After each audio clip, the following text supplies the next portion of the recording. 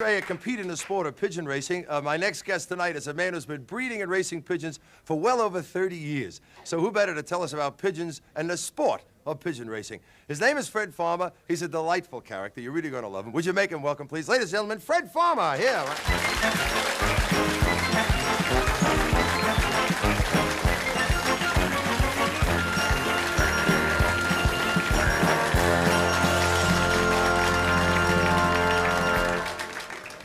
Well, Fred, I think we better start right away with you telling me the difference. What is the difference between a homing pigeon and a racing pigeon? Well, why find out? A homing pigeon? Oh, he's a slowcoach, Don.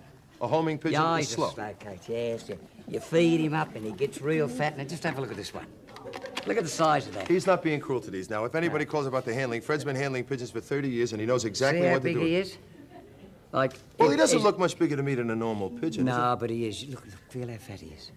See? Oh, yeah. He's got all that avoirdupois on, and he's a bit slow when he's come home. All that avoirdupois on? Yeah, on? that's a bit, a bit heavy, yes. Right. And then you see... What, is he a racing pigeon?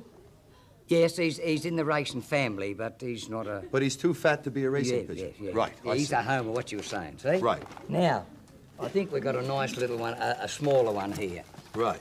Now, this is a better one, see? Now, this is a racing pigeon. Much lighter in frame. Uh-huh. Less heavy. And a cleaner cut pigeon. So if he's smaller, lighter, obviously he can fly further and quicker. Because he's not pulling so much weight through the air. Oh. And he's cover feathers are all the same. Well, if you're gonna do things like that, hold it up just a little, will you? So we can the camera can have a look at that when you spread it out. Then see. He's got much the same wing, but he's not as big, and he's a race pigeon. See, he races for a home. A homer just. He loves his home, but a racer wants to get there in a hurry. How many different breeds are there? There's one there with a white tail. What is that one? Talk about him last. Talk about him last. Okay, we'll talk about him last. How many different breeds of pigeons are there that you? Oh, there's many different breeds. And many different colours, but in Australia, through importing from England, Ireland and Belgium, we've got many breeds. And but what they're about... still thorough, though. There are many mixed breeds. They're still a thoroughbred. It's funny, isn't it? No, it's still a thoroughbred. I understand. There's many mixed breeds of dogs, but a lot of them are thoroughbreds too. Yeah. How many are there in a race when you have a race? 6,000, 7,000, 15,000. I let go 6,500 of a Saturday. 6,500 pigeons race on a Saturday? Yeah, from anywhere starting from Swansea in New South Wales to Sydney. They're at Moorlambar at the present moment.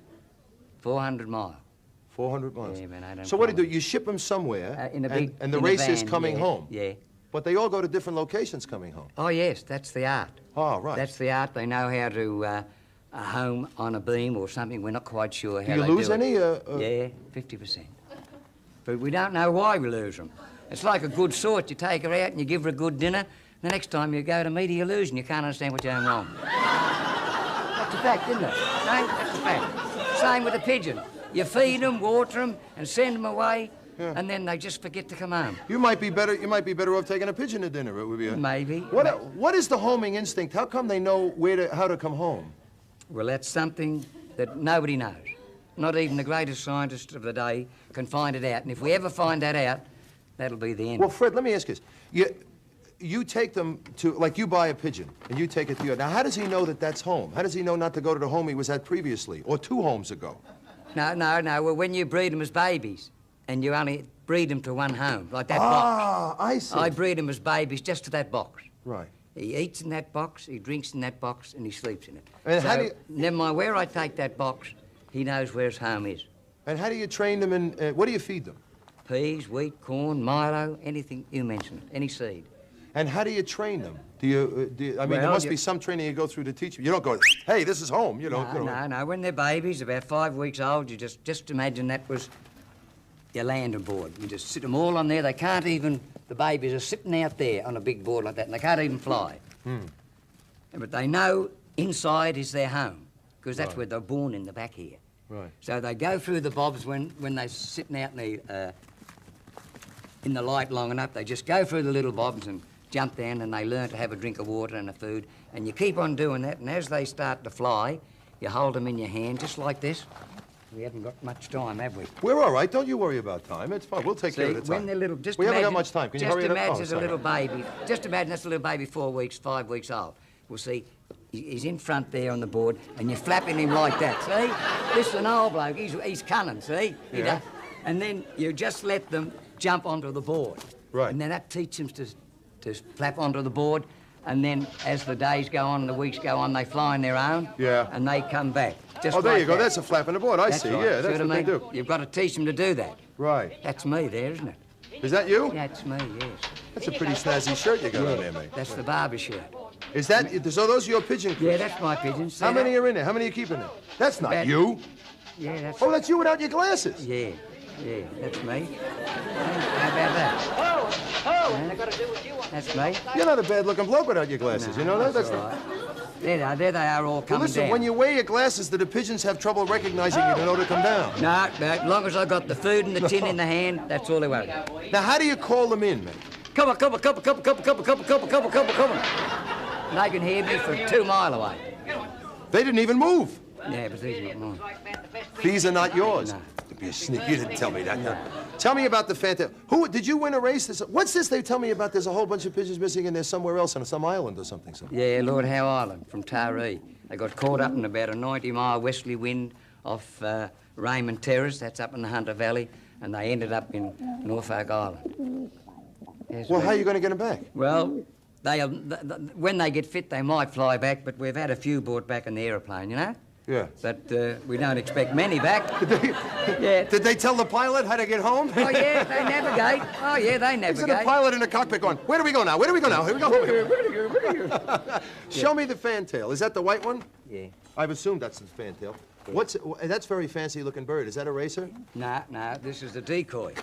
The decoy. The decoy, yeah. What do you mean by decoy? Well, this is the one you do. You wait in your backyard there, and you're waiting and waiting and waiting, and looking in the sky, and you don't see nothing. And all of a sudden, you think you see something. Yeah?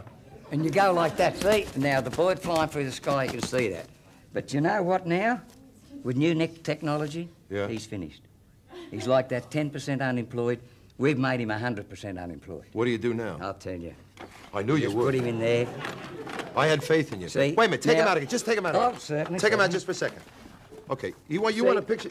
This is the Pigeon Fancier magazine. He wants a Yeah. picture for the cover. Hold the Pigeon Fancier up. Hold him up. Hold him up. Smile later, Barry. Okay, one more. Come on, another one. No, hold the pigeon up. Hey. Okay, that's the cover. All right, good. Now, we finished that. Now, good. Now, you see, with the two new technology, we've got what we call a mechanical fantail. Mechanical, he is. Yeah? Like the computer chessboard. Yes. Yes. Yeah. Real modern, right? So, How's that for tying stuff Yeah, together? That's we- called threading things together. Yeah, we've got a motor and a big steel pipe, and it goes up in the air, right up about 16 feet, and on the top of him, we've made a mechanical fantail with wings and everything, and a big rod comes right down, and it's hooked onto the machine, and we just turn the machine, and this is how it goes. Flappin', flappin', flappin', flappin'. And you know what, Don? He'll flap all day, all night. We don't have to feed him. We don't have to water him. We don't have to clean up after him either, mate. And that That's makes good. it easy. And he flaps, and he doesn't even moan. Just And like that, flapping that's just it, like that, yeah, is it? That's like that, Okay, Don. we'll be back Oh, after Don, this yeah. work. Don't you go away. I got it. It's all right. Don't worry. Wait, I'll get off.